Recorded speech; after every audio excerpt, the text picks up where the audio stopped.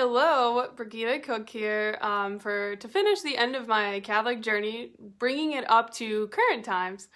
So, 1 year ago, obviously the world was shut down, but also Catholic churches were shut down, especially across, where I live, the US. And it was frustrating because we couldn't go to Mass for Easter. It was really hard to get confession in many states. And meanwhile, Walmart, the liquor store, other places were open. So, of course, they had restrictions in all these places, but what was frustrating was how come the Catholic Church didn't do anything before initially just shutting down, right? Like, why didn't they do this, like, more masses or restrictions before just, like, shutting down for a bunch of months? And he put out a message that Jesus in the Eucharist was not essential, which is, my husband and I are like scratching our head, like, isn't this the epitome of what the Catholic Church teaches?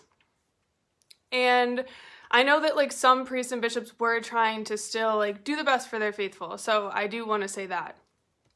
But you saw other Protestant churches and, other churches of other religion or faiths, they were fighting harder to keep their churches open. So we felt like really abandoned by our Catholic Church, and the faithful felt abandoned. I spoke to a few other friends who felt the same way that we did. And when we finally were able to go back to Mass, I remember being really, really excited. But then that initial time of walking in, it felt weird. Like I started getting emotional and crying because I saw like there was barely any people there. Everything was roped off. And everyone had a mask on their face. And honestly, when I'm going to my sacred space to worship, that's really tough to see because you go there to escape worldly issues, right? And to be reunited with Christ. And it didn't feel welcoming, and it felt foreign to me. And even with Mass happening at this time, at a limited capacity, we still felt abandoned by the Catholic Church. And what we were wondering is the past months when the church was closed, last summer, last spring, where was the salvation of souls? Where was the concern for that? Because there were no baptisms, no Eucharist, no Mass, no communion, really hard to find confession, no anointing of the sick, no last rites, no weddings, and people who were passing, elderly or not, whatever the case was, they weren't getting their last rites from a priest, which is so upsetting for their souls. And we think about like Jesus had no fear, right? He would spend time with lepers, and he knew that our earthly bodies did not matter as much as our souls and getting into heaven, right? And I'm not saying that just because we receive Jesus in the Eucharist, like our bodies are invincible and we cannot get sick. I'm not saying that, but I am saying that when we receive him, our souls are better off and more aligned with Christ. So because of all of this, I am very ashamed to say that we were not going to Mass really much last summer at all. And when we tried, registration was a pain, and we couldn't get in, things were full. So we had moved into a new home, and there was a church only 5 minutes away, which we were excited about. We wanted to try it. And I went to their website and I looked it up. I wanted to look into it. And the first thing on their page said, "No communion in the tongue," in big, big, bold letters. And I know some of you have mixed feelings about this, but when I was brought into the Catholic Church, I was taught to always receive Jesus on the tongue, especially so that he's not dropped and it's reverent, and I've seen him dropped multiple times, unfortunately. Oh, it breaks my heart. And it is canonically wrong to deny the faithful Jesus on the tongue. So even with the state of the world, we should still be able to receive Jesus on the tongue. Needless to say, we did not try this church, so we still were not going back to Mass at this time, unfortunately. But thankfully, at the end of summer, October 2020, and God is always good and always wanting to rope us back, right? We met these amazing friends that started showing us our natural health journey, showed us to seek more truth, and they were also Catholics, of course. And I was chatting with one of the women, and she was talking about that the Mass has changed a lot. And over the past 70 years, and I had no idea what this meant. I felt something in my gut, I wanted to know, what does this mean? But I had no idea. So I asked another girl that I'm also close with, but felt a little more comfortable asking. I said, hey, what is she talking about? Like, I just had this strong question and wonder, like, what the heck is she talking about? And so this friend explained that there has been many, many changes to the Mass that is now what the common Mass everyone goes to today.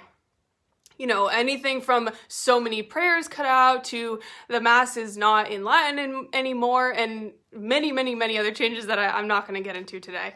But I don't know. I never cared about a Mass being in Latin. Like, why would I want to go in Latin when I can just go in English, right?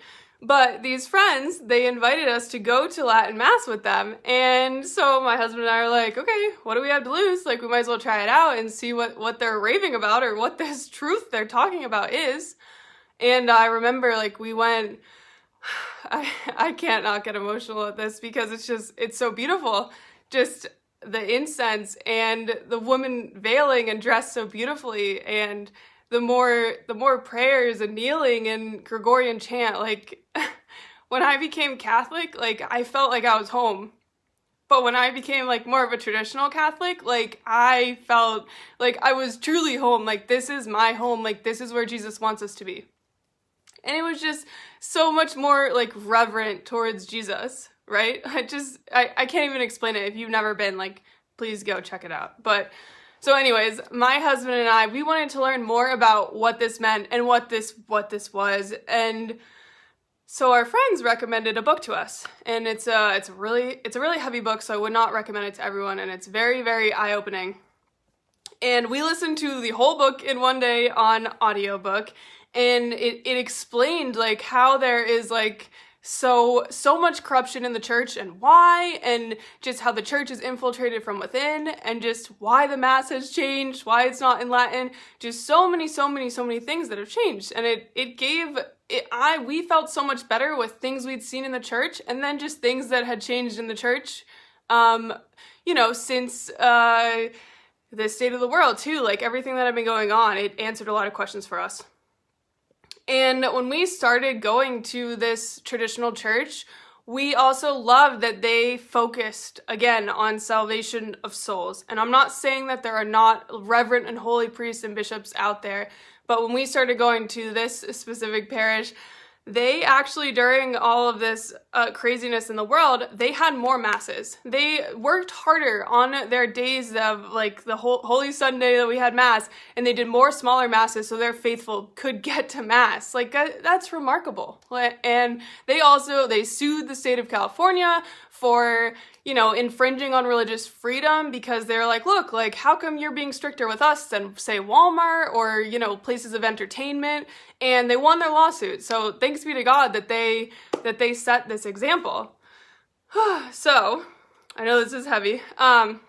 We are all on our own journey of truth in our faith, and I'm not here to tell you what Mass you need to be going to. That is between you and God, like 100%.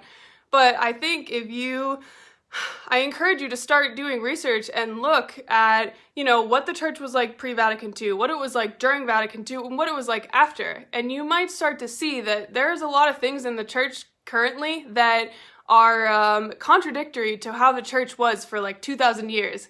And I've done a lot of research and seen that, you know, the more traditional church lines up more with the Bible and with Jesus's teachings. So, again, I'm not a theologian, so don't take my word. Like, go do your own research. And I'm here to answer questions. Like, I can guide you to the best of my ability, or I can offer you books, or you know, a church scholar or a video to look towards. So definitely don't just take my word.